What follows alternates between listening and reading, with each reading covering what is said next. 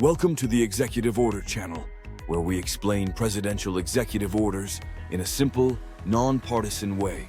On February 7, 2025, President Donald Trump signed Executive Order 14205, titled Establishment of the White House Faith Office. This executive order creates the White House Faith Office within the Executive Office of the President, housed under the Domestic Policy Council. It replaces the former White House Office of Faith-Based and Community Initiatives. The office is tasked with empowering faith-based entities, community organizations, and houses of worship to better serve families and communities. It will consult with experts within the faith community and make recommendations to the President regarding changes to policies, programs, and practices to better align with American values. Let's review the important parts of Executive Order 14205, section by section.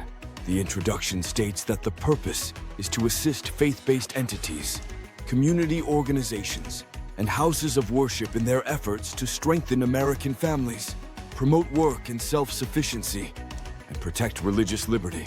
Section 1, Policy. Section 1 says that faith-based entities, community organizations, and houses of worship have tremendous ability to serve individuals, families, and communities through means that are different from those of government, with capacity and effectiveness that often exceeds that of government. These organizations lift people up, keep families strong, and solve problems at the local level. The executive branch wants faith-based entities, community organizations, and houses of worship, to the fullest extent permitted by law, to compete on a level playing field for grants, contracts, programs, and other federal funding opportunities. The efforts of faith-based entities, community organizations, and houses of worship are essential to strengthening families and revitalizing communities, and the federal government welcomes opportunities to partner with such organizations through innovative, measurable, and outcome-driven initiatives. The executive branch is committed to ensuring that all executive departments and agencies honor and enforce the Constitution's guarantee of religious liberty, and to ending any form of religious discrimination by the federal government. Section 2, Amendments to Executive Orders. Section 2 of the order lists several previous executive orders that are changed or amended due to this order. Those orders are linked in the description below if you want to see more about them. Section 3, Establishment of the White House Faith Office. Section 3 establishes the White House Faith Office, charged with empowering faith-based entities, community organizations, and houses of worship to serve families and communities. The office will be housed in the Domestic Policy Council and headed by a senior advisor to the White House Faith Office, supported by other positions as the President considers appropriate. What do you think about these changes to the White House Faith Office? Leave us a comment below. If this information is helpful to you, don't forget to like and subscribe if you want to learn more about all of the presidential executive orders. Now, let's finish up our review of the rest of EO 14205. Section 4, White House Faith Office Functions. Section 4 defines all the functions the White House Faith Office needs to carry out. First is the requirement to consult with and seek information from experts and various faith and community leaders, including those from outside the federal government and those from state, local, and tribal governments. These experts and leaders will be identified based on their expertise in a broad range of areas in which faith-based entities, community organizations, and houses of worship operate, including protecting women and children, strengthening marriage and family, lifting up individuals through work and self-sufficiency, defending religious liberty, combating anti-Semitic, anti-Christian, and additional forms of anti-religious bias, promoting foster care and adoption programs in partnership with faith-based entities, providing wholesome and effective education, preventing and reducing crime and facilitating prisoner re-entry, promoting recovery from substance use disorder, and fostering flourishing minds.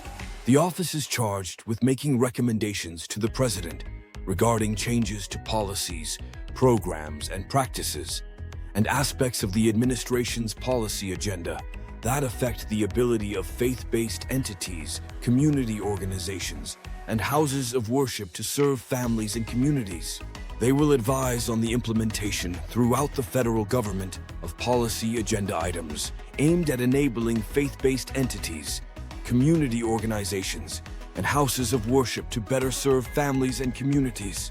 They will also showcase innovative initiatives by faith-based entities, community organizations, and houses of worship that serve and strengthen individuals, families, and communities throughout the United States. There is a training aspect to the executive order, where they must coordinate with all agencies to implement training and education throughout the country for faith-based entity grantees to build their capacity to procure grants, support agencies in developing and implementing training and education regarding religious liberty exceptions, accommodations, or exemptions.